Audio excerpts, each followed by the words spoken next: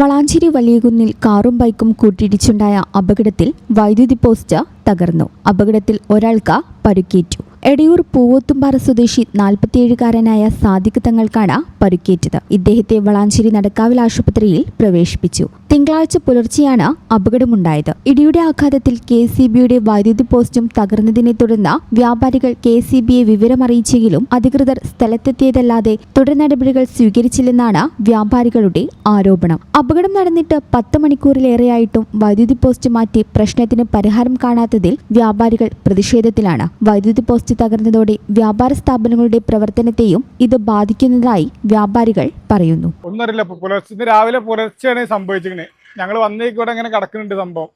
അങ്ങനെ KCBക്ക് വിളിച്ച് പറഞ്ഞു വന്നു നോക്കി എന്നല്ലാതെ ഇതുവരെ ഒരു നടപടി ഉണ്ടായിട്ടില്ല. നമ്മൾ എക്സിക്യൂട്ടീവ് എഞ്ചിനീയർക്കൊക്കെ വിളിച്ചു നോക്കി, പഞ്ചായത്ത് ബന്ധപ്പെട്ട് നോക്കി, ആർക്ക് ബന്ധപ്പെട്ടൊരു കാര്യമില്ല. കാരണം വലിയ വ്യാപാരികൾ ആകെ പ്രതിസന്ധിയിലാണ്. ഇപ്പോൾ ഈ ഓണ സീസണൊക്കെ ടൈമിലാണ് വസ്ത്ര കച്ചവടക്കാർ, ബേക്കറികൾ, ബേക്കറി തന്നെ ഐസ്ക്രീമൊക്കെ 5 മണിക്കൂർ വരെ പരമാവധി ഇരിക്കും. അത് കഴിഞ്ഞാൽ പിന്നെ അത് കട്ടായി പോകും.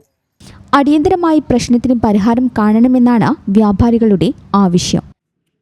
ഈ ചാനൽ ന്യൂസ് വലിയകുന്ന്.